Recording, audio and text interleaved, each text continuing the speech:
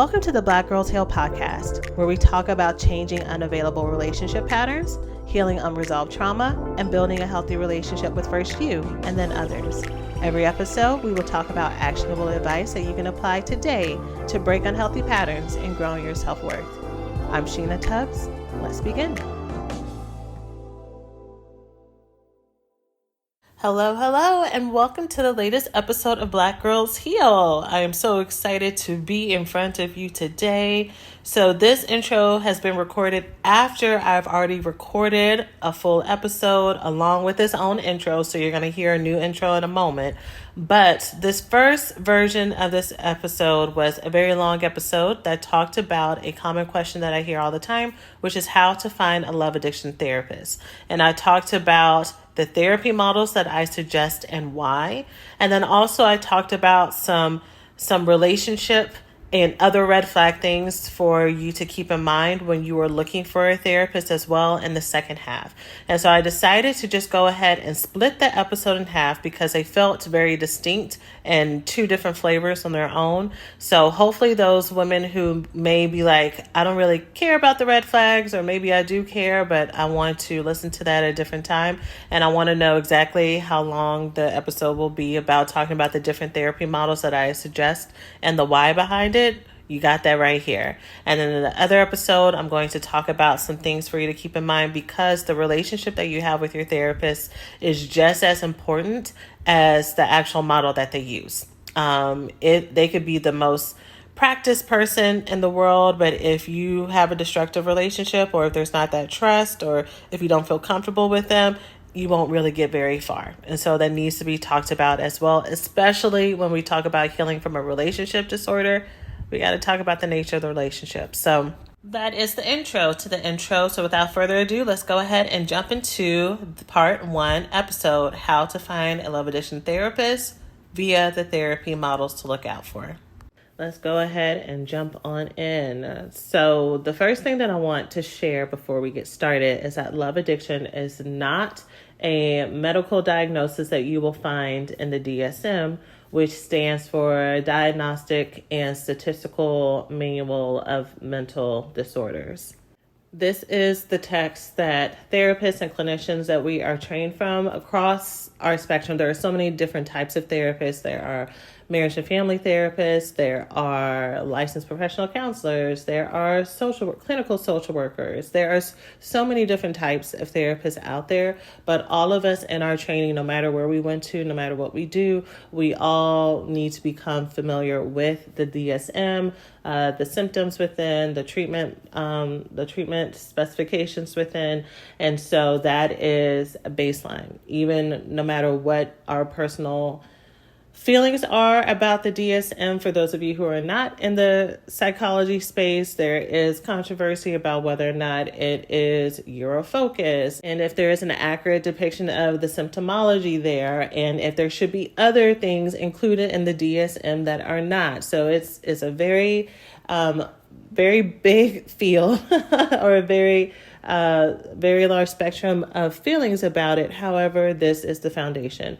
The reason why you need to know that is if you're looking for someone who specializes in love addiction or love avoidance or love deprivation or knows those terms, this is a very niche audience. This is a very niche field of believers. I do want to say that I believe that it has definitely gotten bigger, where more people now, if you talk about being a love addict or having love addiction, they won't scoff at you. They won't be like, what is that? They can at least use context to kind of understand what you're saying and what you're describing versus completely dismissing you. But it is not a listed disorder. So with that said, that definitely affects how you're going to find a therapist, because unless it's someone like me who has heard about the terms, me especially having my own personal experience with the terms, you may be hard pressed to find a love addiction therapist in your area who is a person of color. This space is dominated by white voices and white clinicians because the founders are also white people. the people who coined the phrase love addiction, even in the 12-step community. The 12-step community was birthed in white spaces. And so all of that definitely impacts the prevalence of people of color and the experience of the people of color within.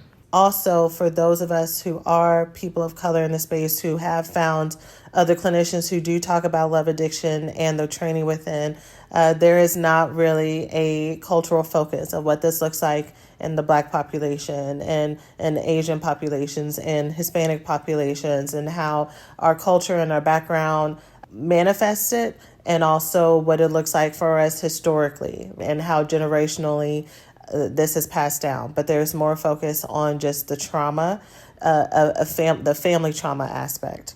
Again, for those of you who are new to this space, or maybe new to this term, maybe this is the first episode that you clicked on and someone recommended this podcast. I teach here that love addiction, just like love avoidance and love deprivation, aka love anorexia. I keep saying that in case you want to Google these terms. When I'm done, you will not find anything for love deprivation. You will find several articles and spaces for love anorexia. But these intimacy disorders are direct results of the impact of childhood relational trauma that we have. Our childhood relational trauma, our relational trauma with our caregivers, family members, siblings, loved ones, even people in our peer space, impact how we show up and how we see ourselves and how we feel safe or unsafe with the world around us. And we will either develop love addicted behaviors or love avoidant behaviors, or a mixture of the two, to help us cope in this world, to help us over attach or under attach to people.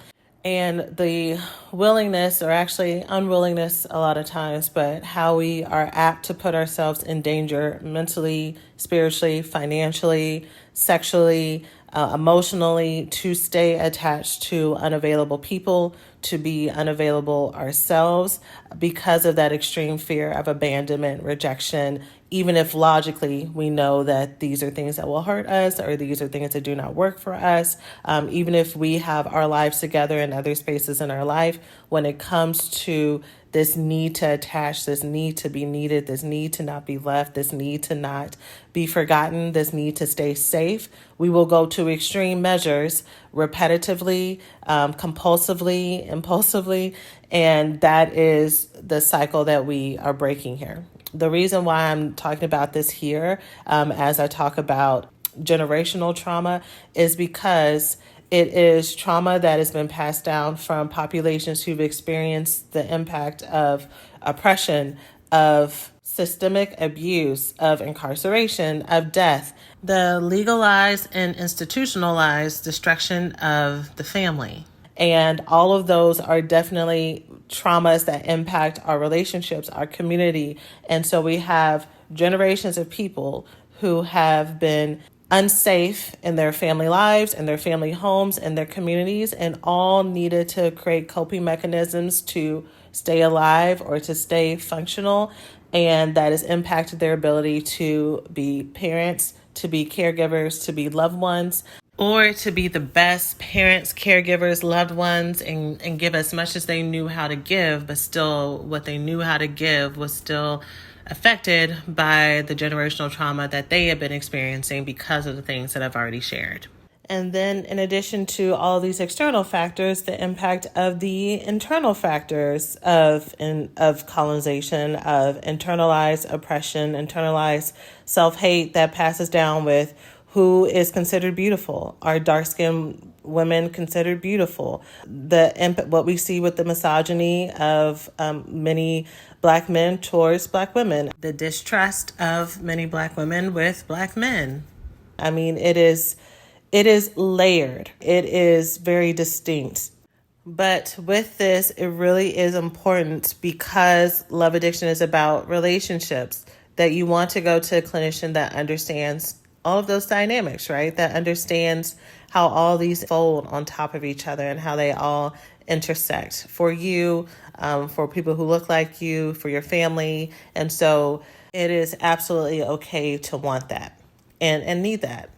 So with us knowing that love addiction isn't specifically something that all clinicians and therapists are trained in, however, it has its basis and origins in trauma treatment and trauma repair, and that at its core, you're looking for a therapist and a clinician who specializes in treating relational trauma. That is what we're going to look for in a therapist. We're going to look for someone who has extensive background in those things and can talk to you not only intelligently about it, but also in a way that feels safe and secure for you, which I'm going to get into I'm going to get into more when I talk about the things to keep in mind when looking for a therapist near the end. But for right now, let's look at specializations. Let's look at some of the recommended things that I suggest for you to search for when looking for a therapist. These are going to be specific treatment models that I suggest that you Google and look for, because these are, just candidly, they're the ones that I used when I was practicing therapy with people. And I'm going to tell you why they were the ones that I used, because it's important for you to know. The first type of treatment that I used when I was a therapist that you can Google and search for is EMDR. E as in egg, M as in Mary, D as in dog, R as in Robert. EMDR stands for eye movement desensitization and reprocessing. And I suggest this as a treatment model because it's one of the leading treatment models for PTSD. And if you have an experience or if you have a history of prolonged childhood trauma, which can also look like emotional neglect. So for people who look back at their childhoods and they're like, I don't know why I'm the way I am. My family was physically present for me. Maybe I had both my parents together. We were financially sound. I don't know why I'm doing the things that I'm doing. I was never physically abused or sexually abused. The common denominator across the board for every person that I've ever treated, for every person I've ever talked to or seen, is childhood emotional neglect. And childhood emotional neglect is not about the things that happened, but the things that didn't happen. So if you maybe had all of the fixtures and all of the external things that is supposed to be needed in a happy household, but there wasn't praise, there wasn't a readiness of affection, of care, of compassion. If you did get affection, compassion, and kindness, but it was always contingent on whether or not you were perfect enough or pretty enough or smart enough or funny enough, or you made them proud. If there are a lot of barriers to entry, if there was stonewalling and your parent would ice you out if you did something they didn't like, or if they were on and off sometimes, maybe because of their own mental issues, maybe because they worked all the time. And so you spent a lot of time alone, even if it was in this beautiful castle. And so those type of things the impact of childhood emotional neglect is so deep, because every child at their core, every person at their core needs to be loved and needs to be seen and needs to be valued. And when those things do not happen, and when there are injuries to that, to your personhood, to your value as a woman, as a person, it has cascading effects, because you need to be loved. To be loved is a human need. Just like water, just like air, just like food, just like shelter. It is a human need. And many of us who did not grow up with that, we have tried to bamboozle ourselves to say that we don't need it, that we can live life alone, that we got this. But that's not how the human body, the human psyche is wired. And so all the things that we create, this shell, this protection on the outside, is a coping mechanism to stop us from being hurt, right? To put us in control. And sometimes that control looks like icing people out or pushing people out. Sometimes that control looks like us being attracted to people who we can be empower. So people we can fix, people we can mother, people who will allow us to dominate and be in control. We'll be with partners who are more subservient or meek to us, and we get to have the final say, but they're not ever on our level. They're not ever our peers, which may seem like that starts out very nice, but that has its own effects that I'll maybe cover at a later episode. But with childhood emotional neglect, like a lot of childhood traumas, but I'm talking about childhood emotional neglect here when I talk about EMDR, is when you ask someone to trace back where their fear of being abandoned starts from, or why they don't feel good enough, or why they don't feel pretty, or what's wrong, for any case, what's wrong, where their lack of trust comes from. Sometimes you can point to a specific incident, and sometimes you don't know, but you just know that feeling has always been there. For many of us, we cannot remember our childhood because another coping mechanism, when there's so much trauma, that is hard for a little body, for a little mind to process, and not even little mind, even those of us as adults. There may be periods of your life that you just don't remember, that you have just blocked out, that you disassociated. You were physically there, obviously, you lived through the years, you lived through the life, but you don't remember it. You just don't remember it. And that, for those who feel shame about that, I want you to not feel shame, because your body was doing exactly what it needed to do. You were going through such an emotionally and mentally and spiritually and maybe even physically stressful time that your body had to compartmentalize it and put it someplace else, because you living in it 24/7 was not helping you. It was impossible for you to function if you had to feel all those things and think all those things all the time. So it put it away. So when you're in therapy and you're processing these things, a lot of times you can get to a place where you're talking with your therapist, even if you really love your therapist, but you hit a wall because you don't know how to talk about things that you don't have words for, that you don't remember. And so a lot of times your sessions can look like, I don't know why I feel this way. And then you'll start to internalize feeling bad, like there's something wrong with you. You have so many great things going on for you. You have so many great things going on in your life, and feeling as if you're being ungrateful. And that's not what it is, y'all. What it is that there are deep core memories and wounds and traumas that you may not have access to. So what EMDR does, EMDR is a type of therapy that you literally can come into session, and the session be based around that you do not feel good enough. And this technique is used to clear out the core memories related to that, and you do not need to have the words for it. EMDR is not hypnosis, but it does bring into the session the same types of model, the same process that happens when you sleep, when you do REM, the REM process in sleep. So you know how sometimes you can go to sleep angry and upset and just, pissed off or sad or something, and then you sleep on it in the morning, you feel better. Even if the situation hasn't changed, but just that good night's sleep helps you have some relief. That's because the REM process, the rapid eye movement process that happens with your eyes while you sleep, that is your brain clearing out and processing the traumas and the stressors of the day, and releasing it from your body and releasing it from your psyche.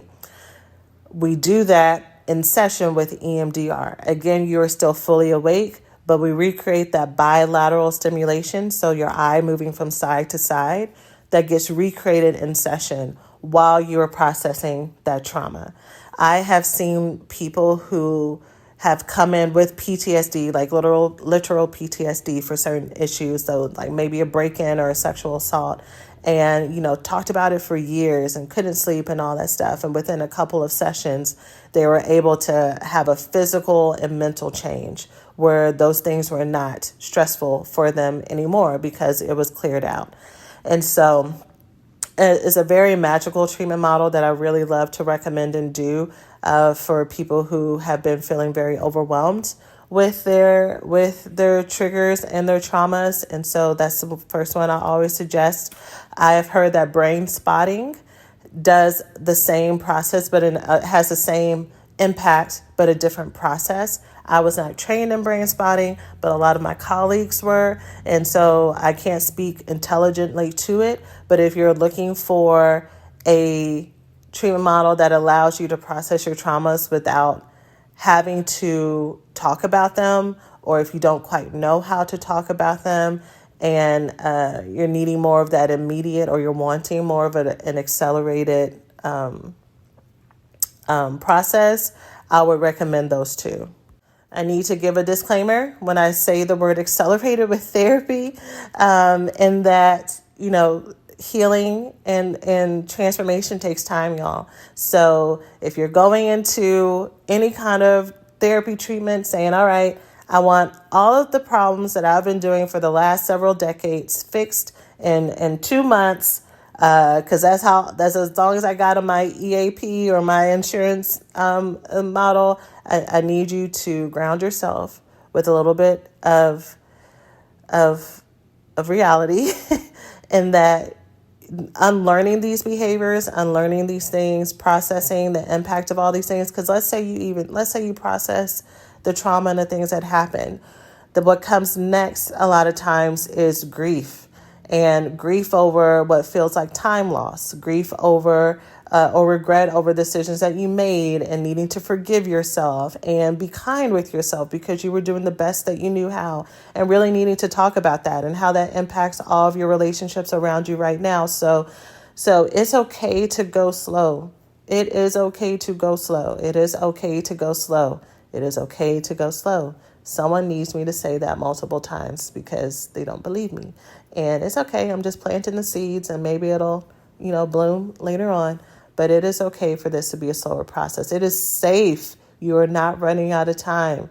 It is safe for this to be a slower process. I promise you, you are not going to lose out on anything that was meant for you. Everything that is meant for you, no one can take away. Time, mistakes, regret, nothing can take away what is meant for you. I promise you. So you're going to search for EMDR, an EMDR therapist who is mainly and only an EMDR therapist is not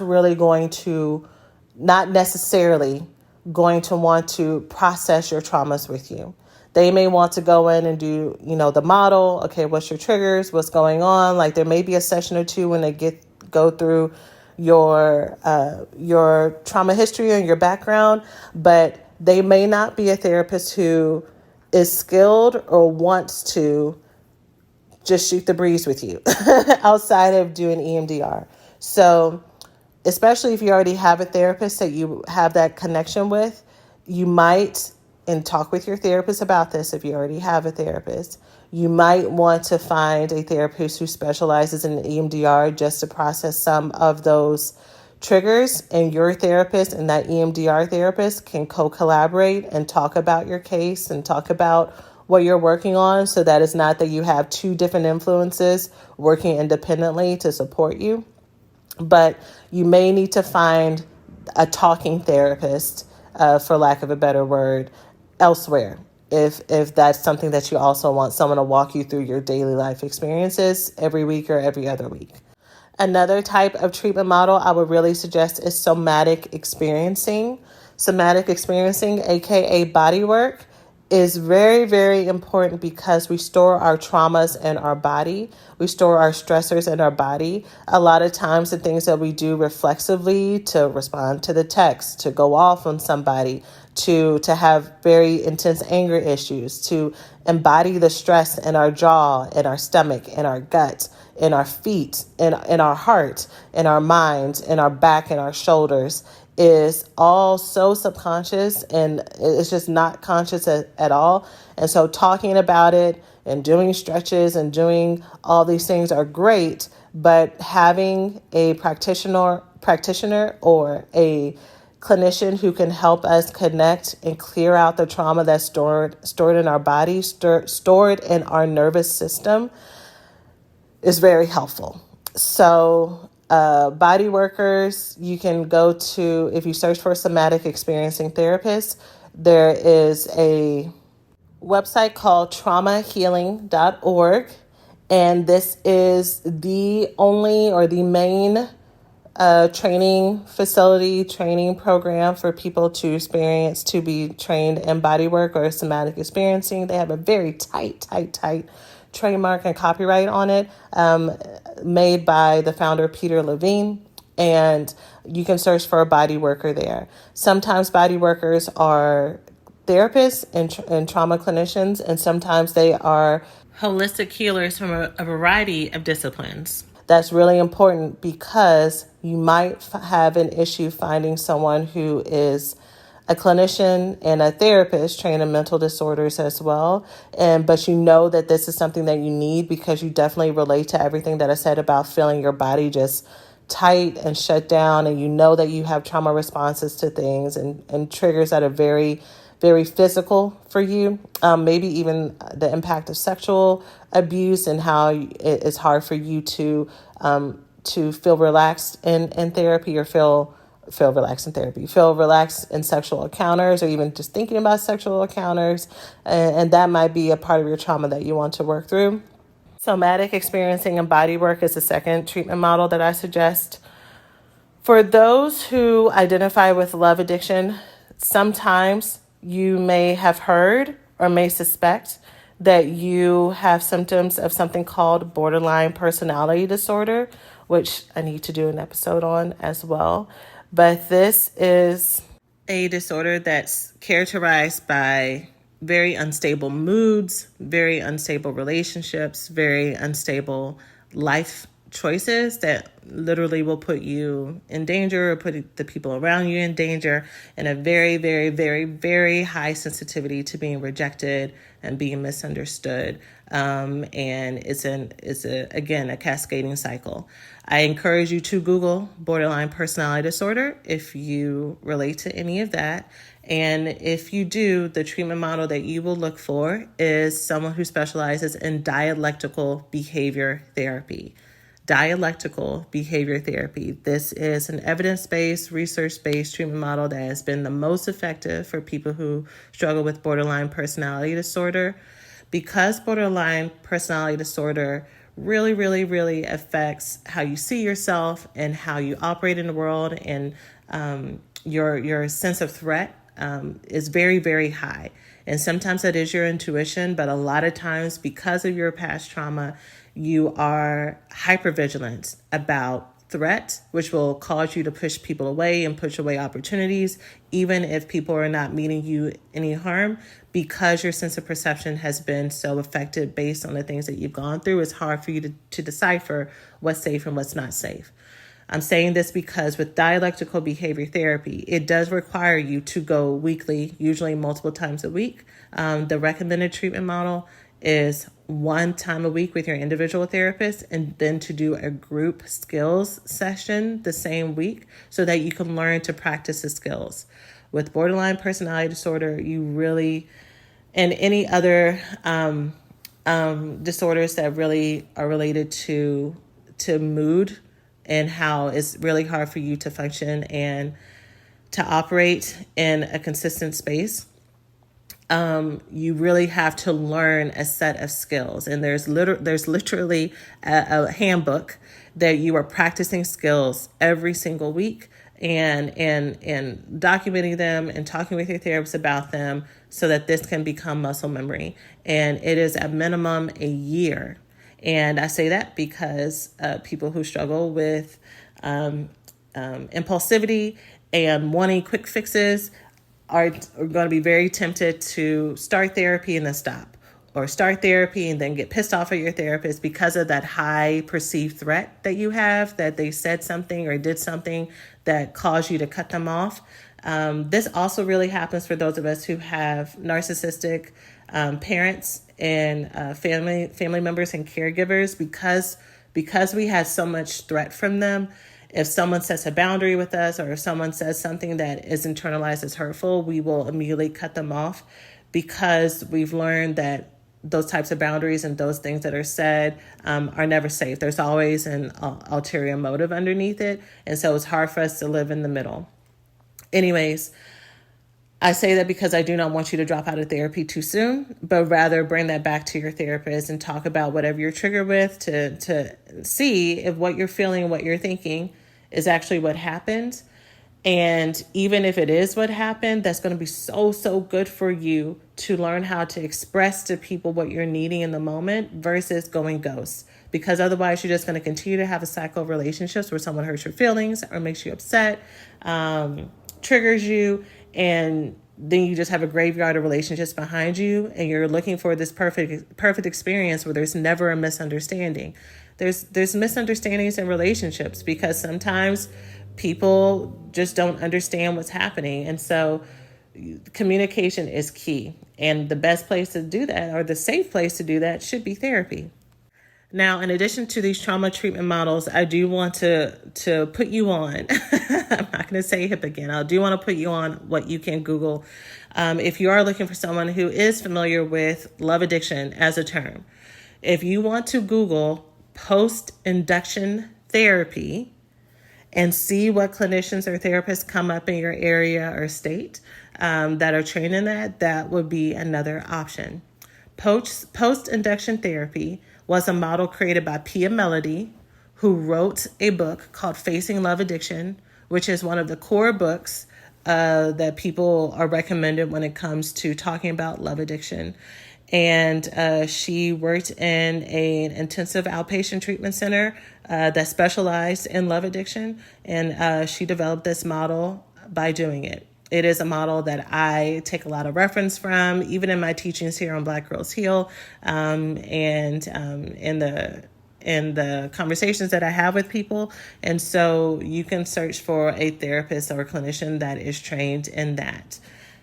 Two Black women who have platforms that I know are familiar with this term and teach about it are LaShonda Sugg of the Labors of Love podcast. She's trained in post-induction therapy. She practices in the Midwest. I want to say it's Ohio. She is a practicing therapist, but you can Google her. You can Google that podcast and see if that feels like a good resource for you.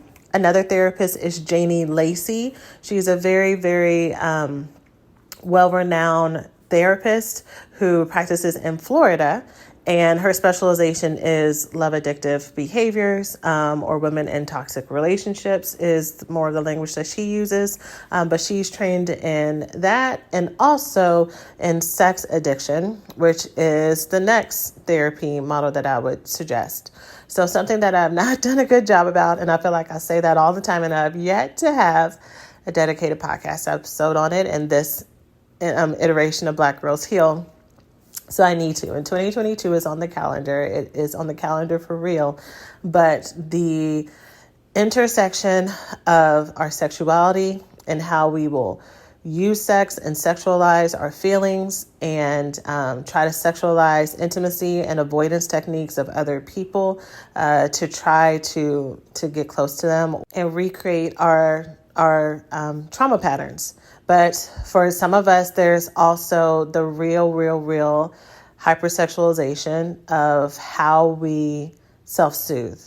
And so this is a tricky area. So for my people who are listening, who are sex therapists, don't worry, and who are against the phrase sex addiction, in this context, no worries. I'm going to come to it in a moment. But I talk about using relationships and intimacy and love and fantasy to self-soothe often here on the podcast, but there's definitely an overlap with those of us who have real addictions to pornography, real addictions to compulsive masturbation, real addictions to exhibitionism, and other things that for us, it crosses the line from being more about self-exploration and pleasure and being integrated and fully owning our body and fully owning our sexuality. But it is very much a coping mechanism and defense mechanism that has put us in danger mentally, physically, sexually, financially, spiritually, and we do not know how to stop. And it has gotten away from us, and no matter what we promise, no matter how many times we go to the altar, no matter how many ways that we may try to make a new promise, it keeps coming back because it's a trauma response. It's not about intellect. It's not about willpower. It's not about whether or not we're a good person or a bad person. It's really about how we are trying and seeking and searching for safety and connection. And for some of us, we use sexuality or the promise of sexuality to get that. So just like I talk about how in this field, and I guess in most therapy models, though, that is absolutely changing. There's so many amazing people of color who are writing texts and research papers and crafting their own therapy models that we are seeing and learning from all over. But the bigger ones that are most often used are have been instituted by white people. So we know about that bias that does come along with it, or the lack of representation that comes along with it. But when it comes to sex addiction, when there is a therapy model, or at least the ones that I have come across, there may be more. So you can do your research. But the ones that I've come across, it is very much dominated towards sex addiction for men and what that looks like for men. And even if the actions seem similar, the intention behind it, sometimes the triggers behind it, the etiology, so how it shows up and how it presents, looks different for people who identify as women, for people who identify as queer. Like it's very much written for white straight men, and then in heterosexual, of course, straight and heterosexual relationships. And then there's also a body of research and techniques for people who are white gay men, but not really a lot of things in between. So Janie is amazing because she's actually been leading the charge in a lot of education around sex addiction for people of color, or that incorporates therapy for people of color as well in these spaces. So go Janie. And I also want to say she may be writing a book on love addiction as well. Hopefully that comes out next year, but Janie is fantastic. She has lots of TED Talks, so you can Google and look up. And if you're in the Florida area, I believe that she has group therapy for women. And I want to say her group therapy is like a 12-week series. So you come in and do it for 12 weeks and connect with other women, and it's really great. And for the last type of therapy for me to suggest for you is sex therapy, because of what I have just shared. So there is a lot of, or last time I was talking with other people in the field, there was a lot of conflict and contention around whether or not it is right to identify sex addiction, period, and then sex addiction in women, because of how our society will slut shame and villainize female sexuality and pathologize it and say that it's bad. That if you have any confidence around your sexuality or self-ownership to where you are claiming your sexuality and your liberation in that you are either disordered or you're a whore or any other really destructive and horrible label. And so there is a fight against that. There is a fight against what does happen in some sex addiction spaces, which is demonizing fetishes and just not really having a big breath in how sexuality looks for people, right? And that is very real. And compulsive sexual acting out can and does happen. On the opposite extreme of that, and if you go to a sex addiction therapist, he, she, they may be able to help you figure out what fits best for you, because on the other extreme of that is those of us who may feel as if we are compulsively engaged in sexual practices, but it could be our own internalized shame with our sexuality, the impact of sexual abuse and sexual trauma, the impact of religious teachings that were abusive and made us doubt and not really have a connection to our sexuality. And part of our healing is to go through a therapeutic process of where we're deconstructing that and learning how to be in touch with our bodies, to name our bodies, to touch our bodies, to speak with partners about what we want, and to not have that disconnection. And again, a sex therapist can absolutely help you with that. A sex therapist is really going to be the best person, the best professional, the best medical trained professional to help you work through any sexual inhibitions that you may have, sexual traumas that you may have. That also incorporates adjusting your behavior and your practices and your thought processes around it, just the level of training that they have is bar none. I'm specifically thinking about the training provided by AASECT, which is the American Association of Sexuality Educators, Counselors, and Teachers, I believe. But it's AASECT. So finding someone who is trained by them, if you Google that acronym, you'll come up with their website, and they will have a directory of people who in your area who may be trained by them. And if you don't want to do all that, just whenever you're looking for a therapist, you can see if they have that certification in their name.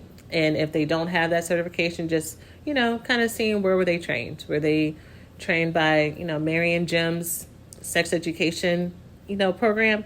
And maybe Mary and Jim are fantastic educators. But maybe do a quick Google just to see if wherever they are trained or whatever they're trained as feels reputable to you.